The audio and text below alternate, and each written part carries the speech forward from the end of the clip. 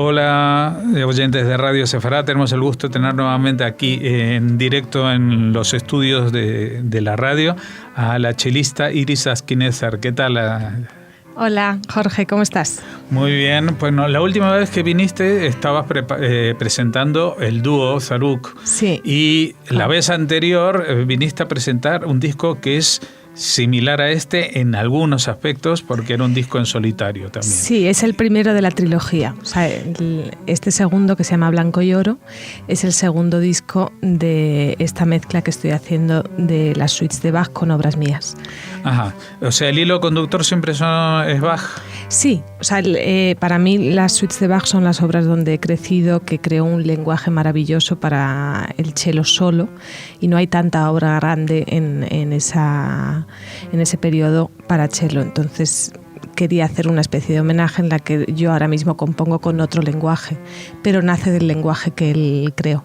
Entonces en Azul y Jade estaban las dos primeras suites, y según las tonalidades, el sol mayor de la primera suite es ese azul, el re menor de la segunda suite era el jade, ese verde oscuro, y ahora pasamos al blanco del do mayor y al oro del mi bemol mayor.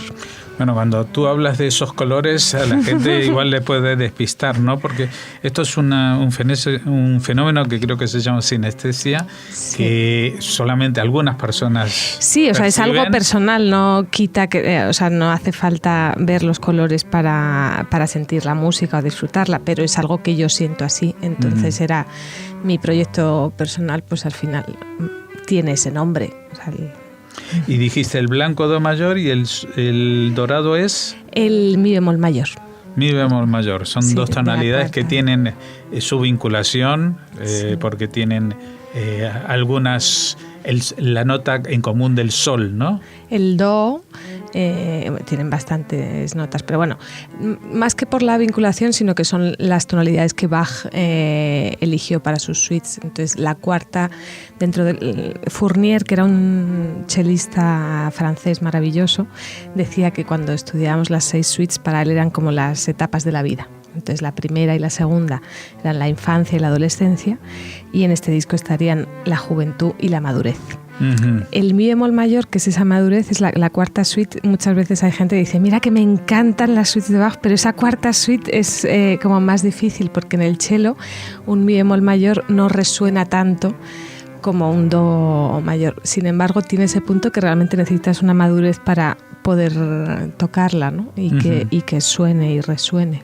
Bueno, justamente por este sustento en Bach es que desde el principio del programa estamos escuchando la alemán de qué suite. De la tercera suite de Bach, la del do mayor. Bueno, estamos escuchando esa suite de Bach, pero estamos escuchando también a Iris Askinezer contarnos su evolución. Recuerdo que cuando te entrevistamos la primera vez estabas prácticamente aterrizada de Alemania, sí, donde habías hecho tu especialización en el instrumento. Sí, estuve 8 años en Alemania, estudié la carrera, máster, posgrados. Y cuando volví a España, pues surgió la idea de hacer este primer disco, que fue Azul y Jade. Y he tardado bastante en sacar el segundo de la trilogía. Hombre, pero si porque para toda la vida tampoco sí, es tanto. Por eso. Y porque también he hecho otros proyectos, como el de Zaruk entre medias, ¿no? Pero las ganas siempre del tercer disco está pensado. Lo que pasa es que uno tiene que encontrar el tiempo para poder hacerlo, ¿no?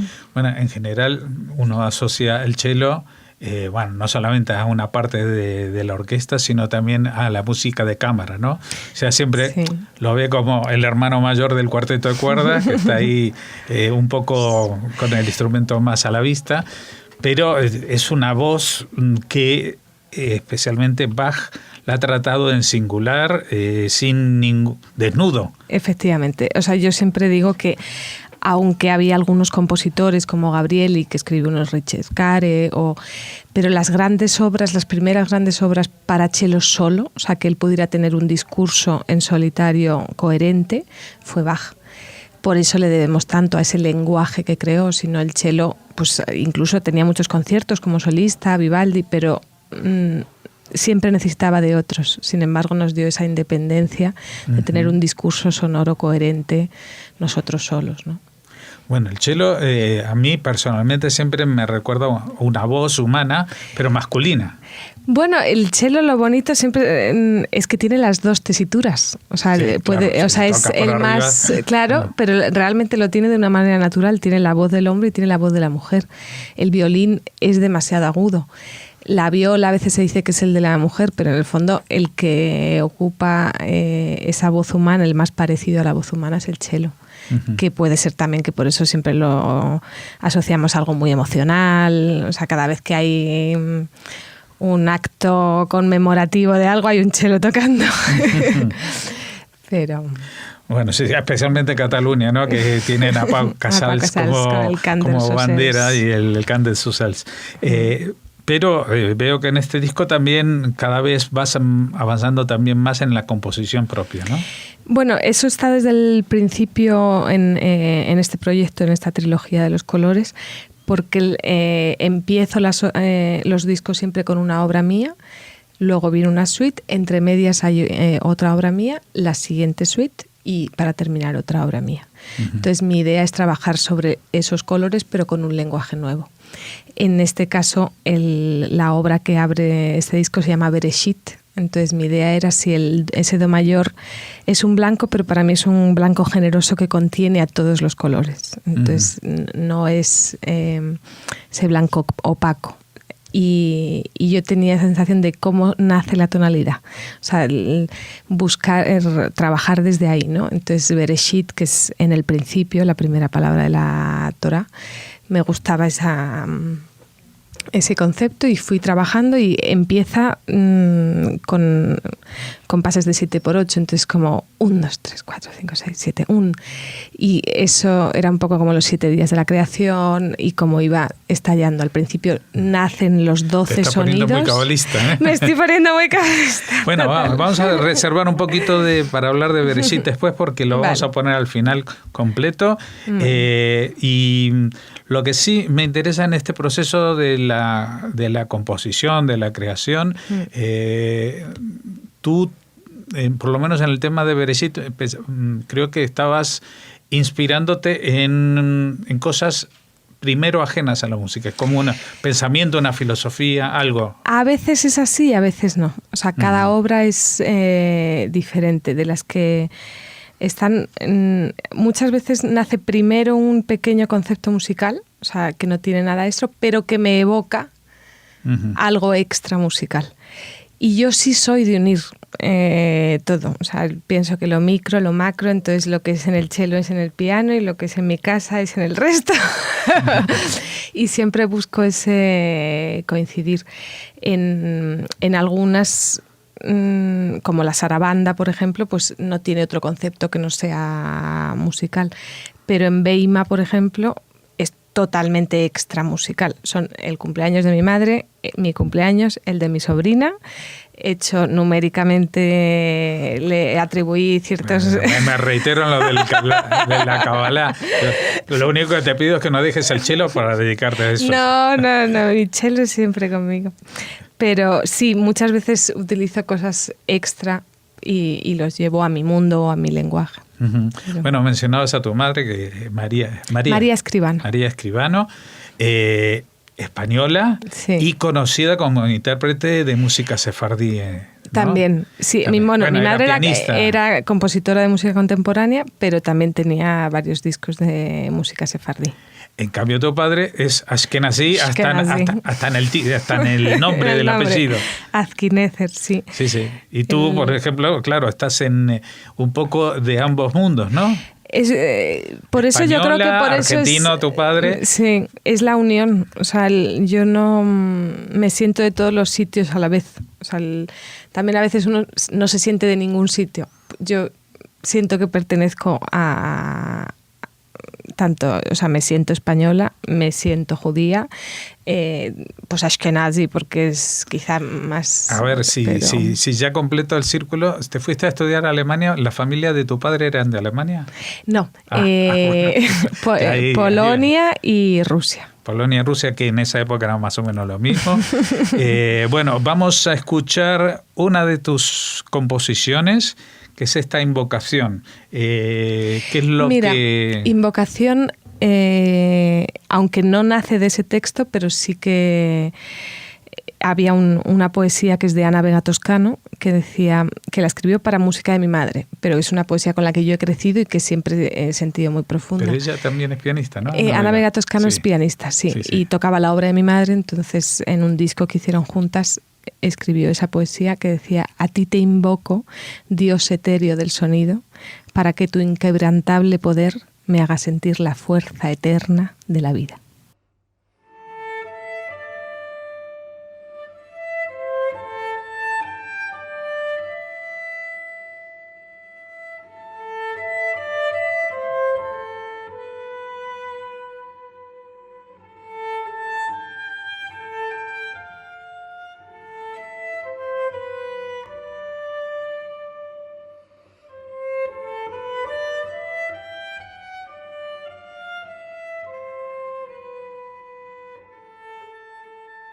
Bueno, hemos estado escuchando los primeros compases de esta invocación y seguirán sonando, nos irán acompañando y echando su sombra o su luz sobre lo que nos vas a seguir contando de este disco. Bueno, otra cosa muy rara es que alguien saque un disco, ¿no? Ya, la gente te dice que si estás loca. Pero mira, bueno, en realidad... Porque no es simplemente que tú te grabaste en 8 conciertos y lo metiste en una pista. No, está muy trabajado. De hecho, el problema ha sido, lo terminé hace un año. O sea, el máster estaba entregado hace un año. Lo que pasa que no he tenido tiempo, o sea, lleva mucho trabajo los textos de dentro,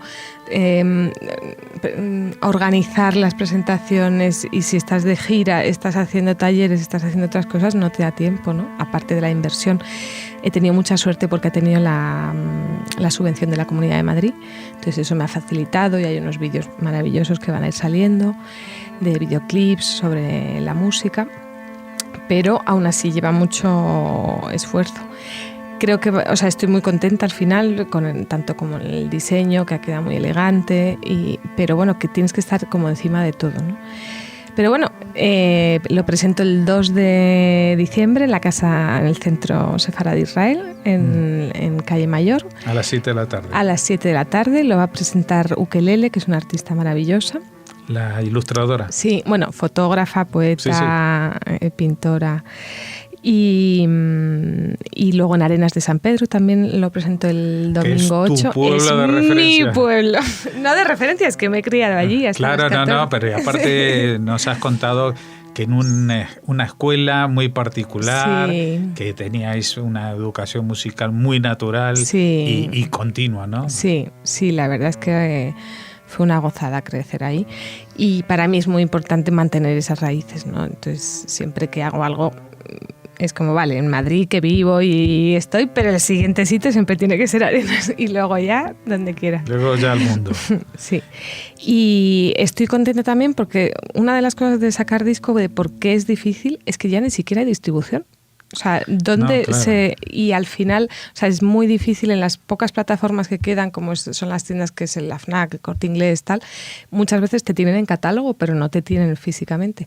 Y parece ser que este sí que ha entrado físicamente, así que desde el 22 de noviembre ya está en las tiendas, está en diferentes, estará en las plataformas digitales para el que lo quiera descargar también.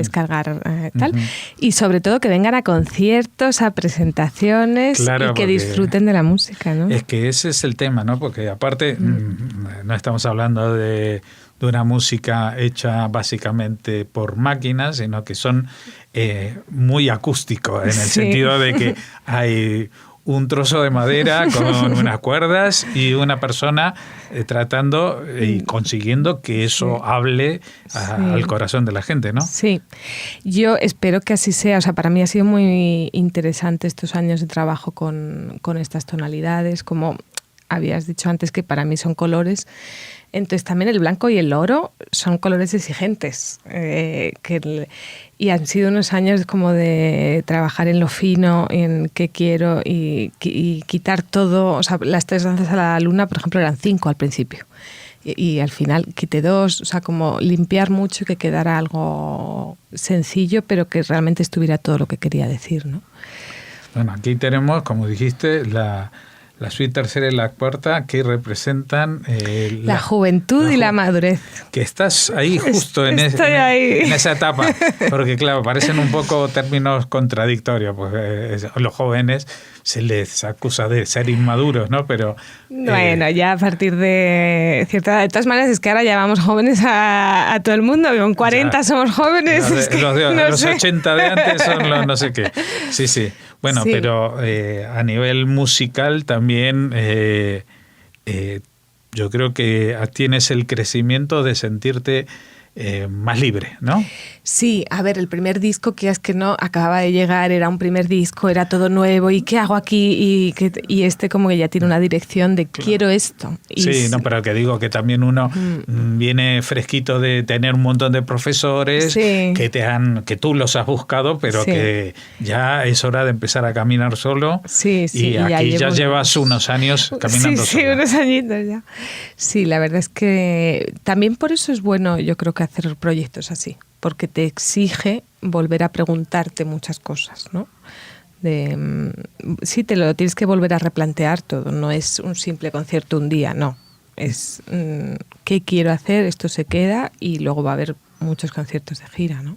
Bueno, esta entrevista está acabando, pero la vamos a acabar empezando porque el tema que va a sonar es el que nos presentabas y te dije, espera, que es Bereshit, que es la primera palabra en el principio, que es decir en hebreo, la palabra que abre la Biblia en Antiguo Testamento, esa es la palabra que contiene, si hablamos de la Cábala, todo lo demás, ¿no? Sí. En el principio. Y esto lo vamos a poner al final, pero nos comentabas que esta obra tiene un crecimiento distinto, igual a otras, ¿no? Sí, para mí también era como, pues es el principio de la creación, entonces empieza con ese ritmo de 7, según los 7 días.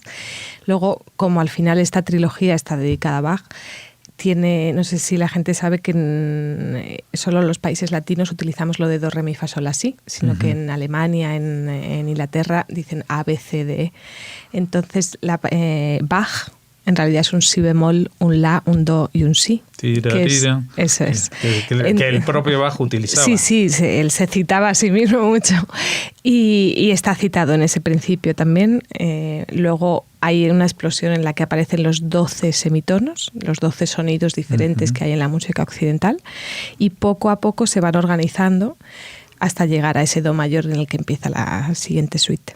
De todas maneras lo pueden escuchar todo. El que quiera, también el 31 de enero en Madrid es el primer concierto de gira, luego habrá más, pero el estreno, por decirlo, de la gira será en la Castellana, en una iglesia luterana, que además para tocar Bach me parece ideal, la Friedenskirche. Castellana, Metro Colón, a las, pues creo que 8 de la tarde, el 31 de enero. Bueno, eso lo vamos a recordar unos días antes en las noticias culturales para que la gente, claro, desde aquí al 31 de enero... Bueno, las entradas están a la venta ya, o sea, pero quiera. Que tenemos unas cuantas borracheras en el medio a finales de año, así que hay muchas cosas que se pueden olvidar.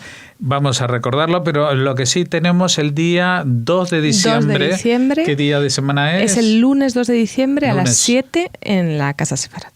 Ya saben, aparte del Black Friday hay un White and Gold Monday, así que se lo recomendamos y si... Yo no le voy a contar más, vamos a dejar que la música suene y los invite por sí mismo. Muchas gracias, Iris. Jorge.